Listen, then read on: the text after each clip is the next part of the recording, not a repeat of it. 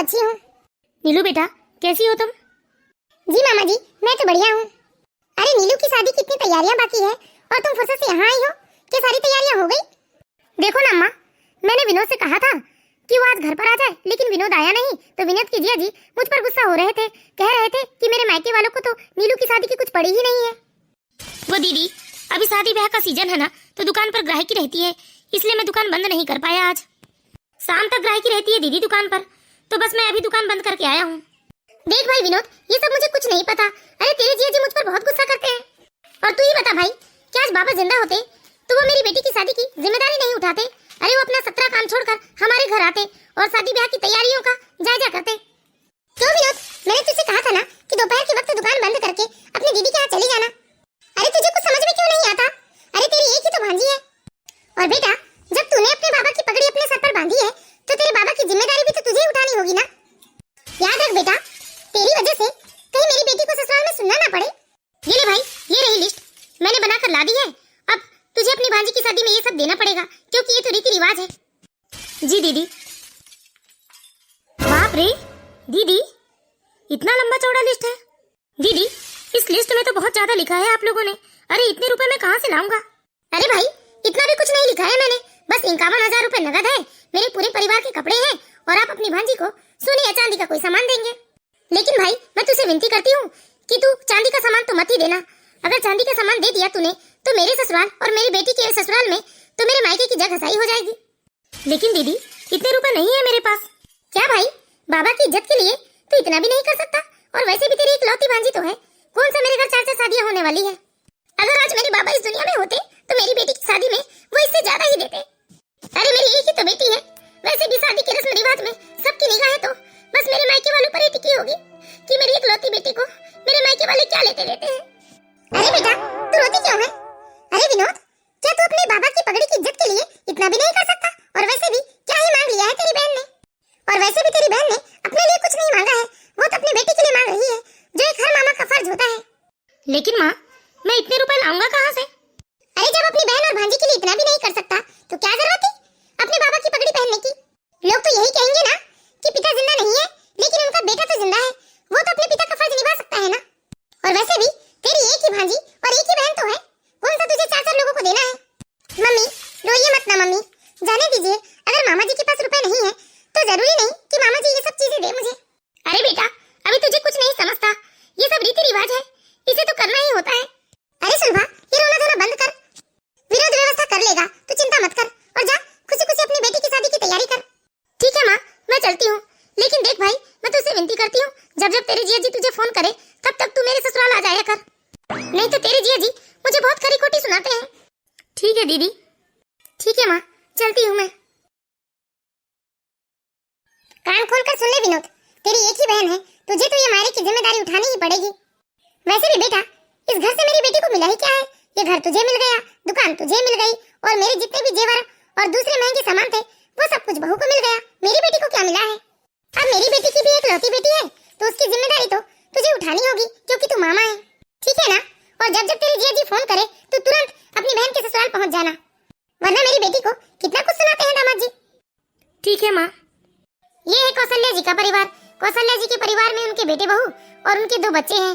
कौशल्या जी की एक बेटी भी है सुलभा, जिसकी शादी हो चुकी है, और अब तो सुलभा की भी बेटी इतनी बड़ी हो गई है कि उसकी भी शादी होने वाली है। कौशल्या जी के पति के स्वर्गवास को 4 साल हो चुके हैं। कौशल्या जी के पति का एक कपड़े का दुकान था, जिस दुकान को अब उनका बेटा विनोद संभाल रहा है। विनोद अपनी भांजी की शादी के खर्चे को लेकर बहुत परेशान था, लेकिन वो किसी से कुछ नहीं कहता था। इसी तरह धीरे धीरे समय बीत रहा था। नीलू की शादी को 1 महीने का समय है और बेचारा विनोद बहुत ही परेशान हो रहा था। उसे समझ नहीं आ रहा था कि इतने रुपए वो लाए कहां से और कैसे मायरे की लिस्ट को पूरी करे। आजकल विनोद को इतने ज्यादा टेंशन होने लगी थी कि वो रात रात भर सो नहीं पाता था। इसी तरह एक दिन रात के 2 बजे विनोद को नींद नहीं आ रही थी, तो वो अकेले कमरे में इधर से उधर टहल रहा था। तभी विनोद की पत्नी की अचानक आंख खुल जाती है। अरे ये क्या हुआ जी? रात के 2 बजे हैं और अभी आप अकेले टहल रहे हैं, क्या नींद नहीं आ रही है आपको या कोई परेशानी है? आप तो दिन में भी आराम नहीं करते हैं जी, पूरा दिन दुकान में काम करके थक जाते हैं, फिर आपको नींद क्यों नहीं आ रही है? अरे बबीता, ऐसी कोई बात नहीं है, बस आज नींद नहीं आ रही है।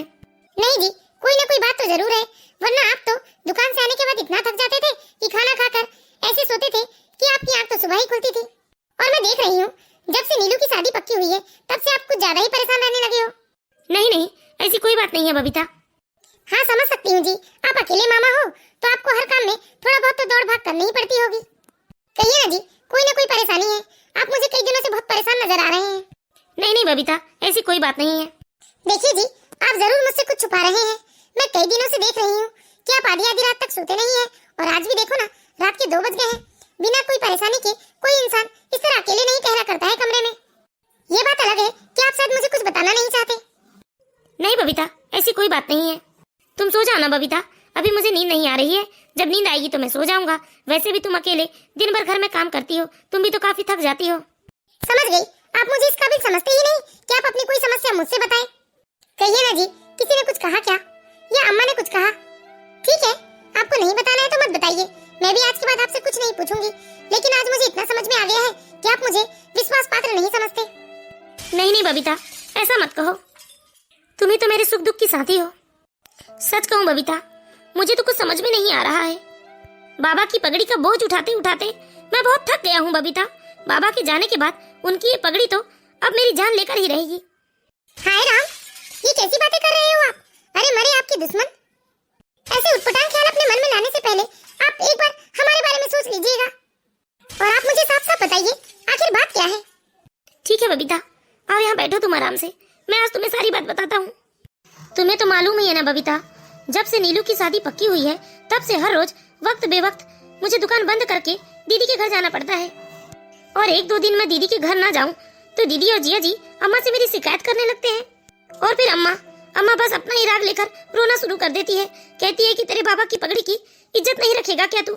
अम्मा कहती है कि जब भी दीदी जिया जी मुझे बुलाए तो मुझे तुरंत दुकान बंद करके दीदी जिया जी के पास जाना चाहिए। अम्मा कहती है यदि मैं उनके बुलावे पर नहीं जाऊंगा तो दीदी को अपने ससुराल वाले से बहुत कुछ सुनने को मिलेगा। अम्मा का कहना है कि मैंने बाबा की पगड़ी अपने सिर पर बांधी है तो मुझे बाबा की सारी जिम्मेदारियां उठानी होंगी। और इतना ही नहीं बबीता, दीदी ने तो लंबा चौड़ा मायरे की लिस्ट थमा दी है मेरे हाथों में। अरे दीदी ने मायरे की लिस्ट दी है तो आप अम्मा को थमा दीजिए। नहीं बबीता, अम्मा का कहना है कि मैंने बाबा की पगड़ी अपने सिर पर बांधी है तो वो सारी जिम्मेदारी मुझे ही उठानी पड़ेगी। मायरा तो हमें ही देना पड़ेगा बबीता। अच्छा, लेकिन दीदी ने मायरे की लिस्ट देकर हमारे घर की तो जैसे शांति ही भंग कर दी। वैसे ऐसा क्या मांग लिया है दीदी ने मायरे में? बबीता, लिस्ट में लिखा है कि मैं 51,000 रुपए नगद दूं और दीदी के ससुराल वालों के पूरे रिश्तेदारों के कपड़े दूं, यहाँ तक नीलू के ससुराल वालों के भी सारे रिश्तेदारों तक के कपड़े मैं ही दूं। और इतना ही नहीं, नीलू को कोई सोने का सामान दूं मैं। इतना ही नहीं, जब दीदी आरती की थाली लेकर आएगी तो उनकी थाली में भी मुझे 21,000 रुपए डालने होंगे। बताओ ना बबीता, इतना सब कुछ मांगा है, हम ये सब कहाँ से कर पाएंगे? अरे तो आपने अम्मा से कुछ कहा क्यों नहीं कि आप इतना सब कुछ नहीं कर सकते? कहा था बबीता, कहा था मैंने अम्मा से, लेकिन अम्मा तो अपना ही राग लगा कर बैठ गई। अम्मा का कहना है कि ये सब मुझे देना ही पड़ेगा क्योंकि बाबा की इज्जत का सवाल है। मुझे अम्मा का तो समझ में नहीं आता। अरे दीदी का तो छोड़ो, वो तो शुरू से ही लालची स्वभाव की रही है, पर अम्मा, अरे अम्मा को ये सब समझ में नहीं आता क्या? इसी बात का तो दुख है बबीता कि अम्मा हमेशा अपनी बेटी का ही पक्ष लेती है। अम्मा मुझसे कह रही थी कि बाबा की इज्जत के लिए क्या मैं इतना सा भी नहीं कर सकता। अम्मा का कहना है कि अब मैंने अपने बाबा की पगड़ी अपने कंधे पर रख ली है तो अब बाबा की सारी जिम्मेदारियां मेरी हो गई। और जब अम्मा को मैंने समझाते हुए कहा कि इतने रुपए मेरे पास नहीं है, ये सब मैं पूरा नहीं कर सकता, तो अम्मा तो मुझ पर चिल्लाने लगी। कहती है कि मैं पूरा का पूरा मकान अकेले ही हड़प जाना चाहता हूँ। अम्मा कहती है कि दुकान भी मैंने अकेले ही हड़प लिया है। अम्मा के अनुसार उनकी बेटी का भी हिस्सा मैं ही खाकर बैठा हूँ। अब तुम ही बताओ ना बबीता, मैं क्या करूँ? थक गया हूँ मैं इन सब से। मेरा भी अपना परिवार है, मेरे बच्चे हैं, कमाई का जरिया भी तो सिर्फ एक दुकान ही है ना। घर के सारे खर्चे और बच्चों की पढ़ाई का खर्च भी तो उसी दुकान के ही पीछे से चल रहा है ना।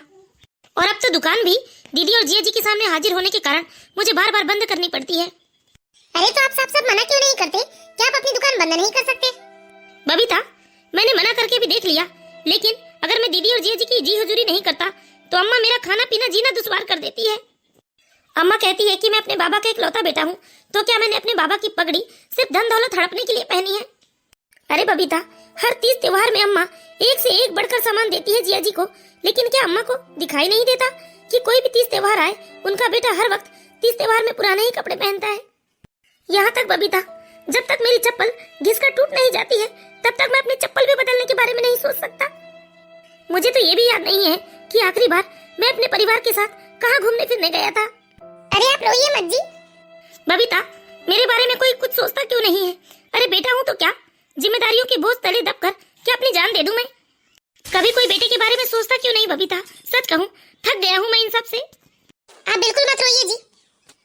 चलिए आप सो जाइए, बहुत रात हो चुकी है, सुबह उठकर आपको दुकान भी तो जाना है। ठीक है बबीता, तुम भी सो जाओ। आखिर मन का मवाद निकलने के बाद बेचारा विनोद कई दिनों बाद आज शांतिपूर्वक सो जाता है, लेकिन यही बबीता की आंखों से तो नींद जैसे कोसों दूर हो चुकी थी। आखिर अपने पति को अपने सामने रोता देखकर भला किस पत्नी को अच्छा लगेगा? बबीता को ये देखकर बहुत आत्मग्लानि होने लगी थी कि उसका पति किस दौर से गुजर रहा है। अरे मैं कैसी पत्नी हूँ, मैं समझ क्यों नहीं पाई कि मेरा पति कितना परेशान है, कितनी मेहनत कर रहा है। मैं तो हमेशा यही सोचती थी कि हमारा छोटा सा सुखी परिवार है, कि मेरा पति इतना तो कमा ही लेता है कि हमारा पूरा परिवार सुखी सुखी जीवन जी रहा है। लेकिन मुझे क्या पता था कि मेरे पति के मन में इतना बड़ा दुख बैठा हुआ है। दीदी की बेटी की शादी के खर्चे ने मेरे पति की कमर तोड़ दी है। और ये अम्मा को अपने बेटे का दुख नहीं दिखता कि उनका बेटा कितना परेशान है? बस उनका बेटा उनकी बेटी के घर जाए यही जिद लगकर बैठ जाती है ना। अच्छा खासा मैंने नौकरी करने की बात की थी और विनोद जी भी मान गए थे, लेकिन अम्मा तो ऐसे जिद करके बैठी थी, कहती थी कि हमारे घर की बहुएं नौकरी नहीं करती। अरे मेरी नौकरी करने से अम्मा की नाक कट रही थी और अब अम्मा को जरा भी दिखाई नहीं देता कि उनके बेटे की इतनी आमदनी नहीं है जितना अपनी बेटी के घर में अपने बेटे से खर्च करवाना चाह रही है। लेकिन बहुत हो गया, बहुत चुप रह गई मैं। आखिर मैं इनके पीछे तो इस घर में आई हूँ। अगर इसी तरह की परेशानी में मेरे पति को कुछ हो गया तो मेरा क्या होगा? क्या आएगा मेरे हाथ में? लेकिन अब मैं चुप नहीं रहूंगी, मैं अपने पति का पूरा साथ दूंगी। मैं इस तरह अपने पति को इतनी परेशानी में नहीं छोड़ सकती। इसके लिए फिर चाहे मुझे अम्मा जी से लड़ना भी पड़े तो लड़ लूंगी मैं। सोचते सोचते सारी रात बीत जाती है और दूसरे दिन सुबह बबीता जल्दी उठकर सुबह के नाश्ते के साथ ही दोपहर का खाना भी तैयार कर लेती है और 11 बजे तक घर का सारा काम करने के बाद बबीता तैयार हो जाती है। लेकिन बबीता को तैयार देखकर उससे अम्मा पूछती है, अरे बहू तुम कहीं जा रही हो और तुमने मुझे बताया तक नहीं? हाँ माँ, वो पड़ोस वाली गीता भाभी है ना, उनके यहाँ जा रही हूँ। वो कई दिनों से मुझसे कह रही थी कि उन्हें एक महिला की जरूरत है एक्सपोर्ट के सामान को पैक करने के लिए। मैंने सुबह ही उनसे बात की थी तो उन्होंने मुझे आने के लिए कह दिया है। मैंने दोपहर का खाना तैयार कर दिया है, आप अपने हाथ से लेकर खा लीजिएगा। और जब दोनों बच्चे 4 बजे स्कूल से आएंगे ना अम्मा, तो अपने हाथ से खा लेंगे वो, मैंने बता दिया है बच्चों को। और सुनिए जी, आपकी भी दुकान ले जाने के लिए मैंने टिफिन बना दिया है। वैसे भी आज शनिवार है, शनिवार के दिन तो आप दुकान 12 बजे के बाद ही खोलते हैं। अम्मा मैं 5 बजे तक वापस आ जाऊंगी। बहू ये निर्णय तुमने किससे पूछकर ले लिया? क्यों बेटा, क्या तुझे नहीं मालूम कि मुझे इस तरह बहुओं का घर से बाहर जाकर कामकाज करना बिल्कुल पसंद नहीं है? क्या है अम्मा जी, अभी घर की जरूरत है, नौकरी तो करनी ही पड़ेगी मुझे। विनोद बबीता को समझाता क्यों नहीं है? तुझे तो मालूम है ना कि मुझे बिल्कुल पसंद नहीं है कि मेरे घर की बहू बाहर जाकर कोई कामकाज करे। और वैसे भी ये दिन भर के लिए दूसरे के घर की चाकरी करने चली जाएगी तो हमारे घर का कामकाज कौन करेगा? मेरे हाथ पैर तो चलते नहीं है। अरे उम्र हो चली है मेरी। देखिए अम्मा, बबीता का घर के बाहर जाकर काम करने से मुझे कोई परेशानी नहीं है और बबीता भी काम करके 2 पैसे कमाएगी तो कम से कम घर के खर्च चलाने में मेरी बड़ी मदद होगी। और रही बात अम्मा घर के कामकाजों की, तो मैं और बबीता दोनों मिलकर घर के कामकाज कर लेंगे। आपको घर के कामकाज करने की कोई जरूरत नहीं है। खबरदार बहू, जो तूने मेरी इजाजत के बिना घर के बाहर भी कदम रखा तो। अरे अभी तो मैं जिंदा बैठी हूँ। क्यों नहीं जाऊंगी अम्मा, घर के खर्च बढ़ रहे हैं, दुकान तो पूरे टाइम खुलती नहीं है क्योंकि दीदी जिया जी के लिए इनको अपनी दुकान बंद करके दीदी जिया जी के सामने हाजिरी देने जानी पड़ती है। और ये नहीं जाएंगे दीदी जिया जी के सामने तो आप तो इनका खाना दुश्वार कर देती है। और ऊपर से ये मायरे की लिस्ट इन्हें थमाकर एक नया तमाशा शुरू कर दिया है आप लोगों ने घर में। ऐसा नहीं है अम्मा कि मायरा देने में हमें कोई परेशानी है, पर कम से कम क्षमता के अनुसार तो मांगे। अच्छा, अब तुझे भी मेरी बेटी और दामाद दिख रहे हैं। मुझे सब मालूम है, तुम दोनों को ना मेरी बेटी दामाद जरा भी नहीं सुहाते हैं।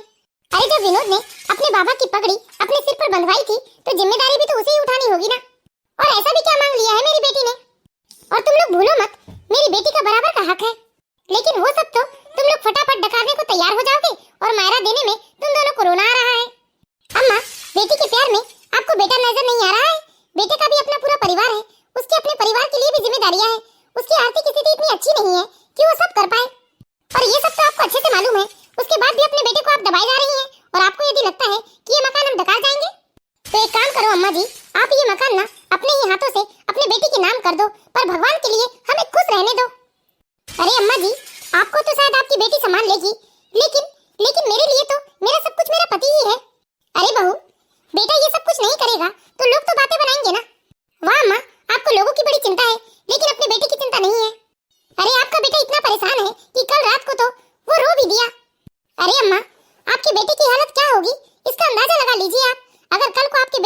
गया तो आपके ये लोग नहीं आएंगे हमें संभालने के लिए। अरे पिता की पगड़ी पहनाकर आपने अपने बेटे को जिम्मेदारियों के बोझ के तले दबा दिया है। अरे मैं कहती हूँ अम्मा, कम से कम भगवान के लिए अपने बेटे को थोड़ी तो खुलकर सांस लेने दो। आपके लिए क्या आपका बेटा सिर्फ पैसे कमाने की मशीन है? उसे भी तो इंसान समझो अम्मा। और यदि आप सोचती होंगी ना अम्मा कि हम मकान और दुकान ढकाने के लिए आपके साथ रह रहे हैं और आपकी सेवा कर रहे हैं, तो आप बहुत गलत सोच रही हैं। आप चाहो तो अभी के अभी इस मकान और उस दुकान को अपने बेटी और दामाद के नाम कर दो, लेकिन हमें भगवान के लिए बख्श दो और सुकून की 2 रोटी खा लेने दो। क्या ऐसी बात है बेटा विनोद? अरे तू इतना परेशान है तो एक बार अपनी अम्मा से तो कहा होता। क्या कहता अम्मा? जब भी कहने की कोशिश करता तो आप तो मुझे यही कहती कि बाबा की पगड़ी की इज्जत का सवाल है। बेटा मुझे माफ कर दे बेटा, मैंने तो कभी इस तरीके से सोचा ही नहीं। तू चिंता मत कर, मैं अभी के अभी तेरी बहन को फोन लगाकर बता देती हूँ कि हम मायरा अपने औकात के अनुसार ही देंगे। बेटा मुझे माफ कर दे बेटा, मैंने कभी तेरे बारे में नहीं सोचा। और मैं खुद तुझसे कहती हूँ बेटा कि तू अपनी बहन के यहाँ मायरा अपने क्षमता के अनुसार ही पहुँचाना, कोई जरूरत नहीं है उनके अनुसार मायरा देने की। बहू मुझे माफ कर दे और तेरा एहसान रहेगा मुझ पर, जो आज तेरी वजह से मुझे अपनी गलती का एहसास हुआ, मुझे अपनी बेटी का दुख दिखाई दिया।